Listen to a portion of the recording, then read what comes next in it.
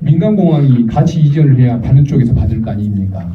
그리고 민간공항이 포함이 돼야 국토부가 주무부처가 됩니다. 그리고 국토부는 예산을 지원해 주는 곳입니다. 국방부는 예산을 지원해 주는 곳이 아니고 공항을 군공항까지 만들어 오면 그때 교환만 해주는 곳이기 때문에 예산을 지원해 줄 능력이 없는 곳이거든요. 그리고 예타 면제도 받을 수가 없습니다. 그래서 대구 경북처럼 우리도 통합공항 이전법으로 이걸 바꿔야 한다.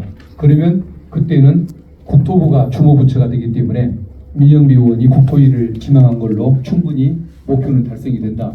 이래서 국토위와 문체위를 지망을 안 했던 것인데 계속 지금 언론에서 그걸 비판하는 바람에 민영비 의원님이랑 같이 이걸 어떻게 해야 하나, 지금이라도 민 의원님이 문체위를 가야 하나, 또 우리 광산에 또 공공항 문제로 걱정하는 분들이 많으면 법사위를 포기하고 국방위로 가야 하나, 이런 고민을 좀 얘기는 하는데, 근데 저희들의 판단이 맞았다고 생각을 하거든요. 그래서 어떻게든 오해를 푸는 것이 좀 중요할 것 같은데, 이 자리에 계신 분들만이라도 어떤 이기적인 욕심 때문에 두 군데를 빼고 다른 데를 신청한 것이 아니라는 것을 좀 양해를 해주시면 고맙겠습니다.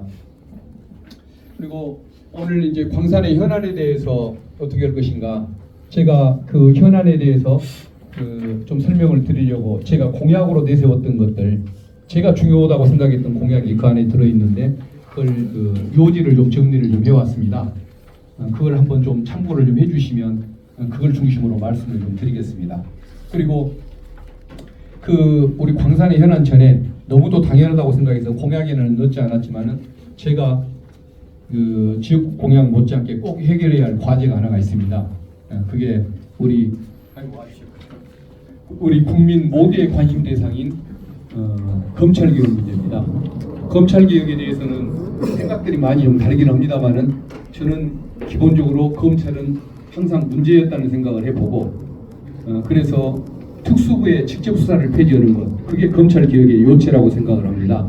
그래서 저는 항상 인권 보호를 위해서 만들어졌던 검찰이 인권을 보호하는 것이 아니고 오히려 인권을 침해하는 기관으로 이렇게 인식되고 있는 이유가 뭐냐, 특수부의 직접 수사 기능을 이걸 줄이고, 그리고 형사부의 경찰을 견제하는 형사부의 수사지 기능, 지금은 보안수사 요청이라고 하는데 그 보안수사 요청권을 제대로 살려주는 것, 이게 바로 검찰개혁의 요체라고 생각을 했는데 문재인 정부 때 그것을 개혁을 좀 잘못했습니다.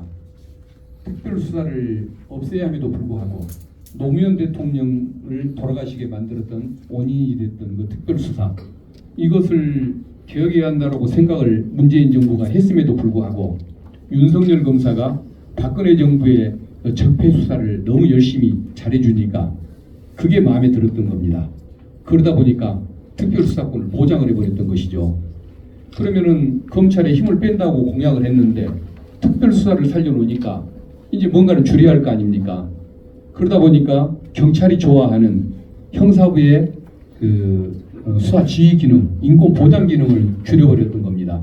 그러다 보니까 오히려 줄여야 할 것은 줄이지를 못하고 기능을 오히려 더 강화를 했어야 할 부분을 약화를 시켜가지고 경찰도 검찰도 특히 검찰이 마음껏 저렇게 고난을 휘두르는 이런 세상을 가져왔는데, 이제는 바로 된 개혁을 해야 할 필요가 있고, 그래서 임기가 시작되면은 바로 그 문제부터 착수를 할 계획인데, 어떻게든 검찰을 수사기관에서 국민의 인권을 보호하는 기관으로 애초에 검찰이 창립됐던 정신으로 돌아가게 만드는 것, 그 역할을 한번 해보려고 합니다. 그런데